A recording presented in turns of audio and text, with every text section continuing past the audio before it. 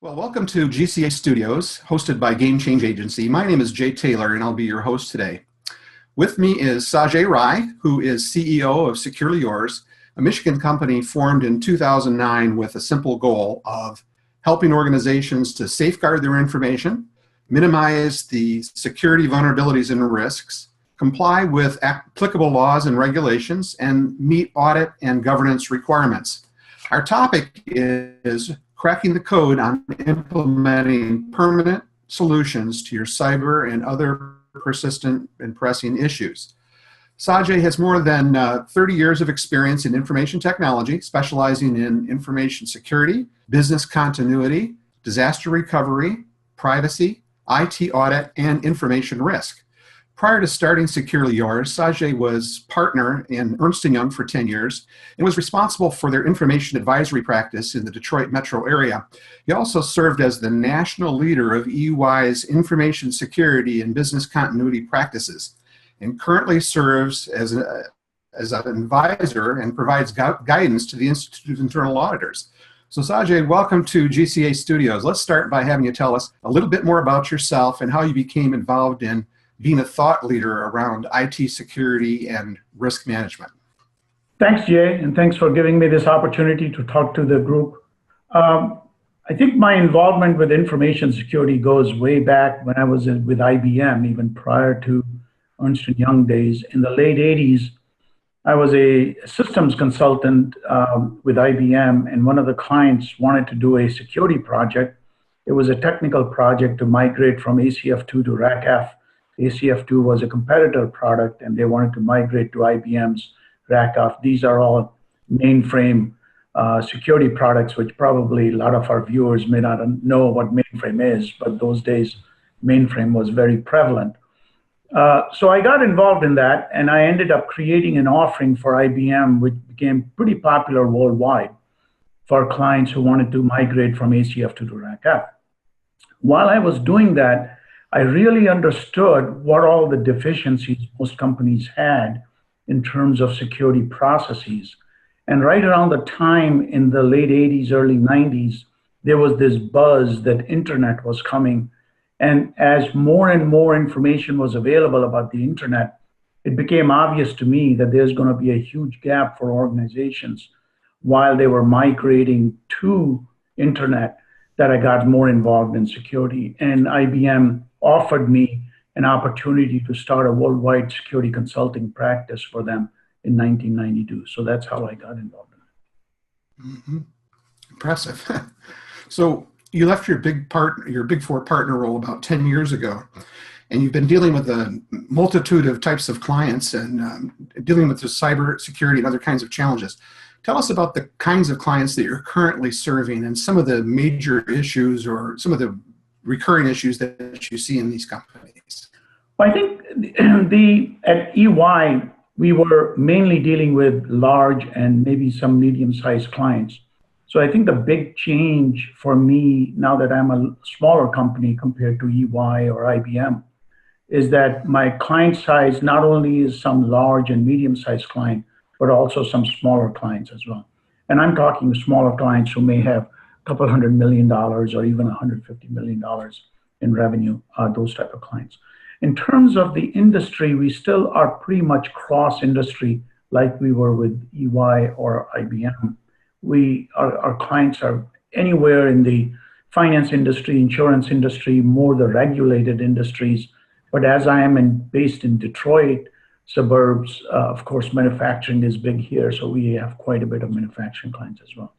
In terms of the requests I get, there are two types of requests. From the senior executives, whether it be the boards or the audit committees or the CEOs and the other leaders, they just want to understand what their current posture is in terms of cyber. They hear so much, they read so much about cyber. And it is important for them to understand, is their company doing enough to address the cyber risks?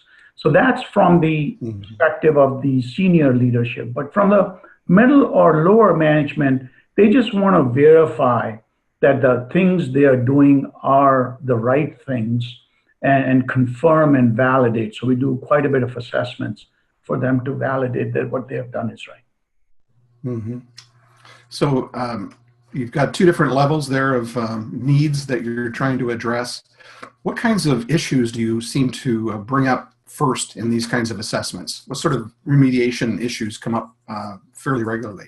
I think the focus of most of our assessment, like I mentioned earlier, is checking to see if they have a good foundation of a cybersecurity program.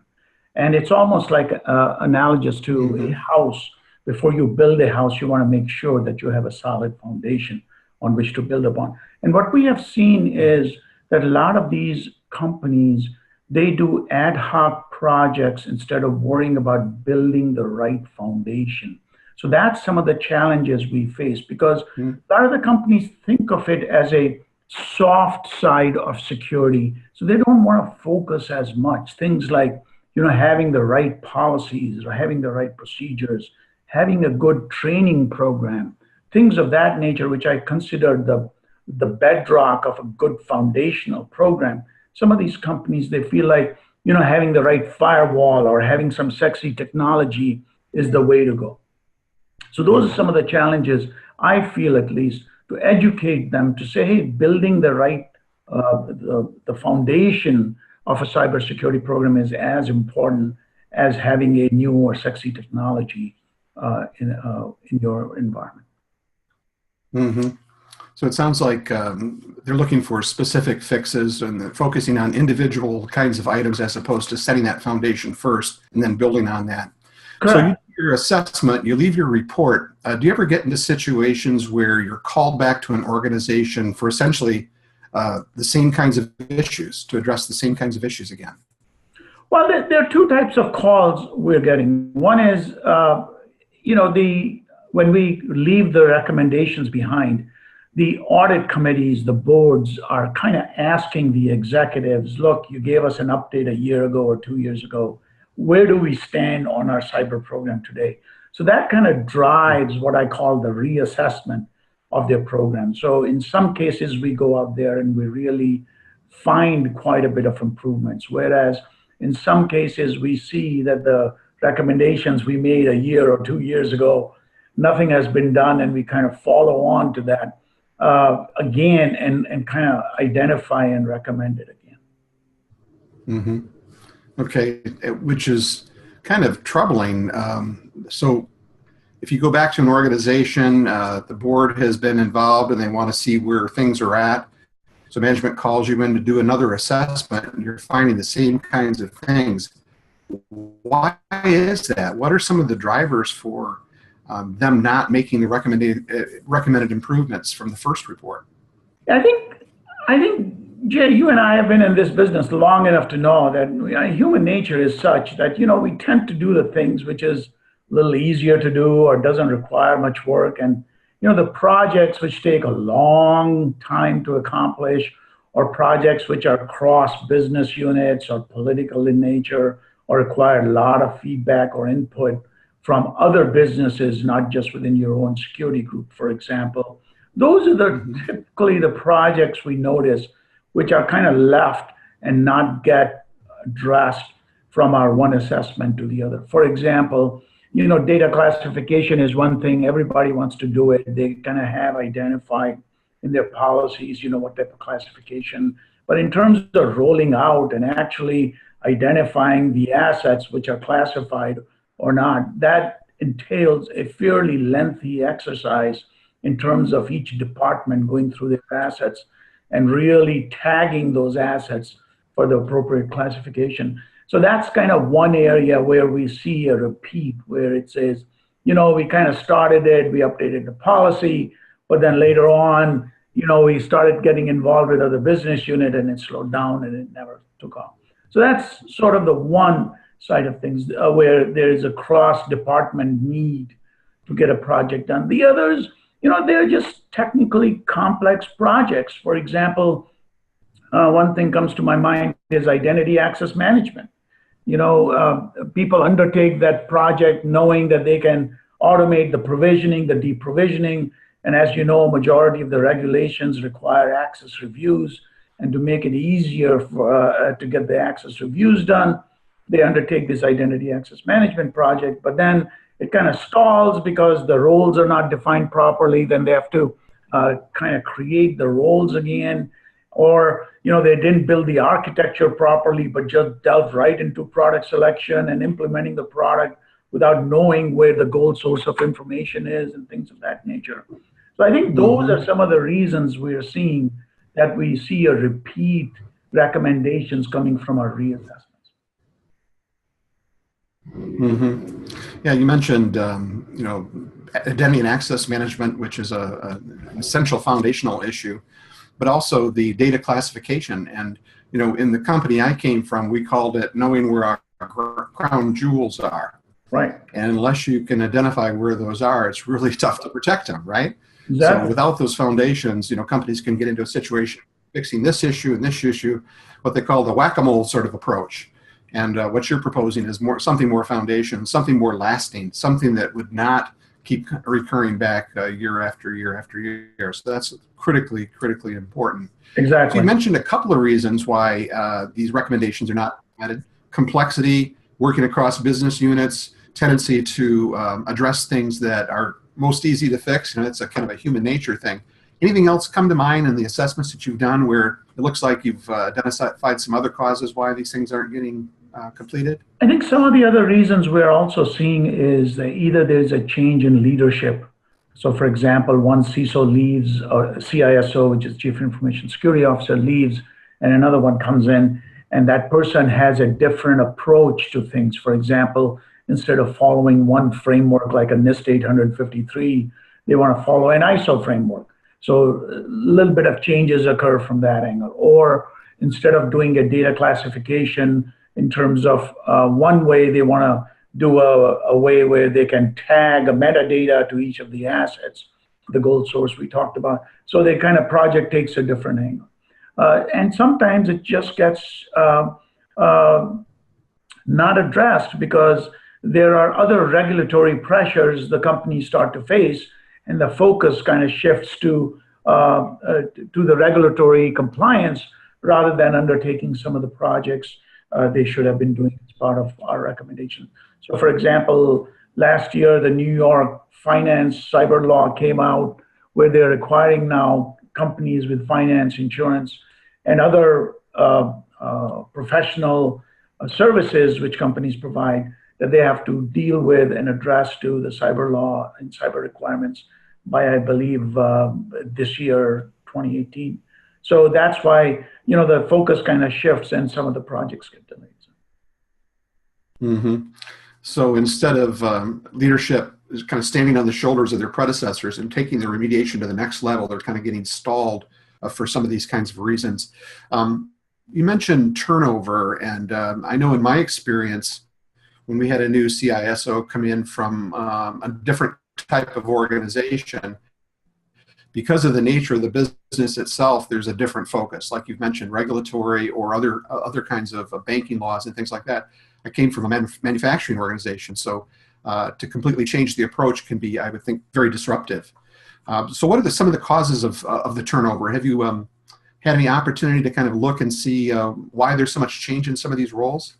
I think that's a very interesting question, and I think it goes a little bit to the senior executives and the board as well, because I think understanding that risk or security is like a risk preventer or risk reducer, right? In terms of really trying to say that, hey, there will be a zero tolerance for risk and kind of address it from that perspective. So in my opinion, if one breach occurs, if the breach occurred because of the negligence of the company, I can see that some of the recent CISOs have gotten fired because of that, right? But there are sometimes CISOs are doing all the right things and the right activities, but things happen, and we have seen that in some instances where it was not the negligence, but it was just things happen. But I think that maybe the board or the executive sometimes don't understand, and the CISO becomes the scapegoat that, hey, look, incident occurred, and therefore they were let go. But in my opinion, that's just one reason. The other reasons are that CISO are in just so much demand right now. It's probably the hottest job which is out there, and they are getting aggressively pursued by the recruiters, Yeah. for maybe sometimes twice the salary they're making. So it is easier to see why they leave one instance and go to the another organization. Great point. And I think I've never run an information security program. I've certainly assessed them as leading the global IT audit in my organization. But when I led risk management, one of the key things was to make sure that we had ownership for all the applicable areas of responsibility across the world, which can be very, very difficult.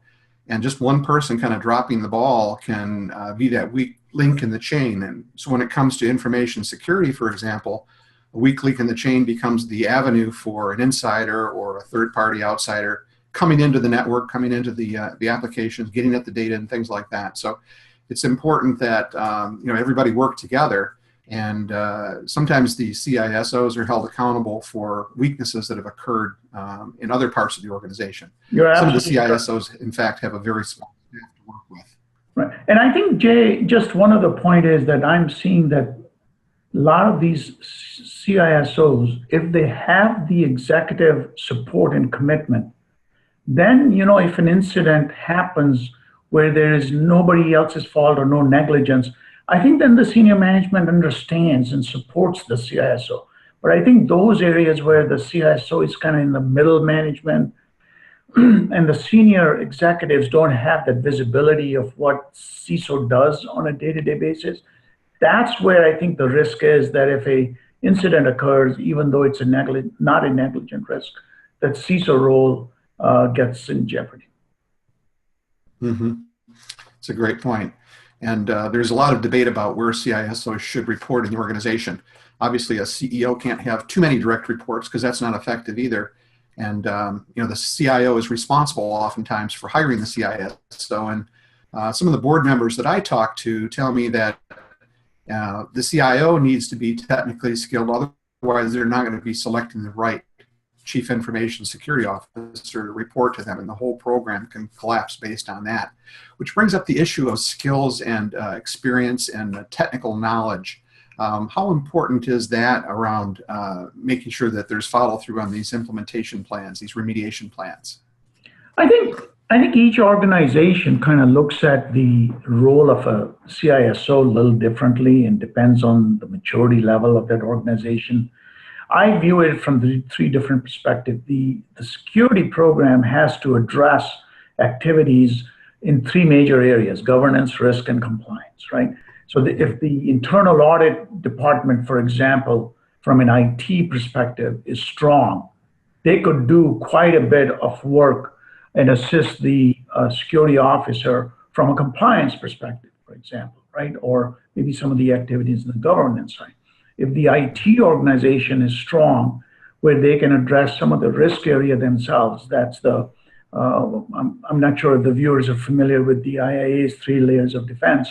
The first line of defense is always the management.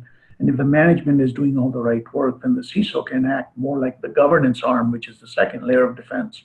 And then the internal audit can play that third line of defense. So if that is true in a mature organization, then all three angles work very well. But in some organizations, the security officer is playing the governance role, the risk role, and maybe partially the compliance role. And that becomes a little harder for them. So I think from the understanding that what role they're going to play in an organization, then that skill level varies. In some cases, the security officer has to be very technical because they need to perform some of the risk side of things, whereas other places, the governance plays a key role, and that's where they need to be skilled in. Mm-hmm. So it really depends on the organization itself and what their needs are, and that'll drive the kinds of skills and experiences that a CISO or technical security people need to have. Completely understand that.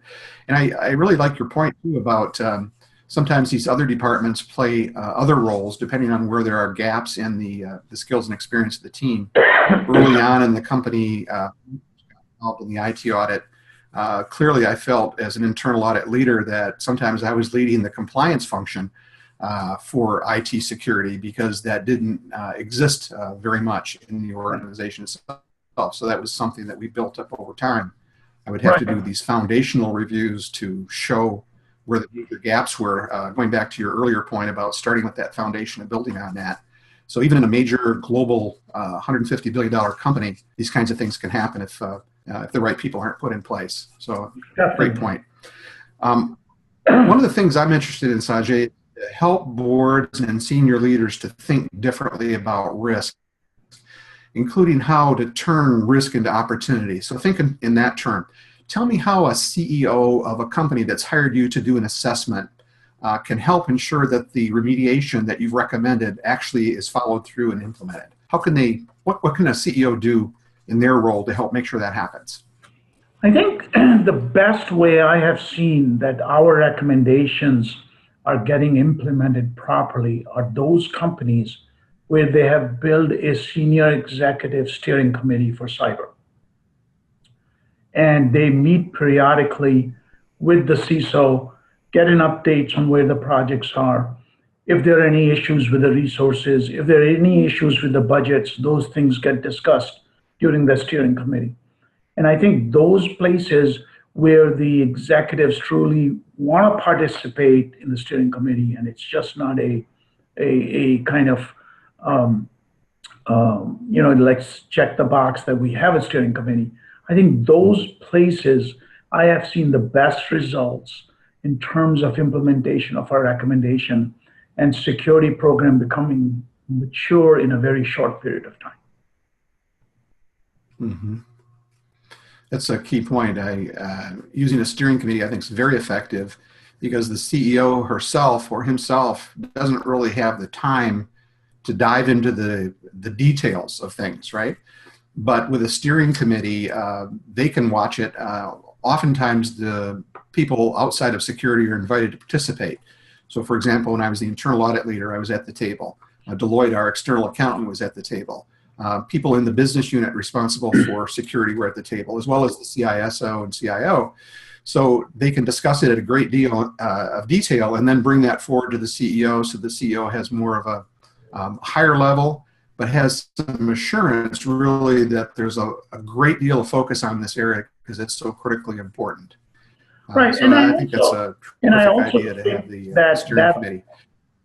And Jay, sorry, I also think one thought came to my mind is that that because of that steering committee, some of these projects we mentioned earlier, which has cross-business or inter-departments need, like data classification, things like that, that get addressed a lot easier and better in these type of steering committees where the executives commit the resources to get these projects done, rather than it just becomes a political debate as to how to do it. I think that's one benefit also of these steering committees as well. That's a terrific point. And to hold people accountable for what they're responsible for, what they've signed up for, is critically important. Let's switch gears now. Instead of talking about the CEO, let's move it up a level to the board of directors. I would think the board of directors would have some kind of a role, or at least an interest in making sure that the sort of recommendations and remediation plans that you've developed for these companies actually get implemented. So in your opinion, what's the role of the board, and what are some of the questions that they should be asking of management to help ensure that this stuff actually gets fixed and that you're not called back again and again for the same thing? Well, I think the boards, just like the senior executives in a company, are reading about cyber everywhere, right? So they have the questions too. And I think sometimes I see that if the senior executives are not educated on cyber, they get kind of sucked into by some of the questions from the boards, and it may take them to a different direction in some cases. Whereas if the senior executives are educated enough by the CISO of the organization, they can then help the board understand, for example, what are the current risks an organizations are facing? How are they addressing the risks and things like that? But on the other side, if I was a board member, I would say the thing to understand it is the strength of a security program is only as strong as the weakest link. So as the board, I want to ask the questions to the organizations. Where are our weak links? Are the weak links in our mobile devices where maybe we're not managing the mobile devices and there's a lot of confidential data sitting there?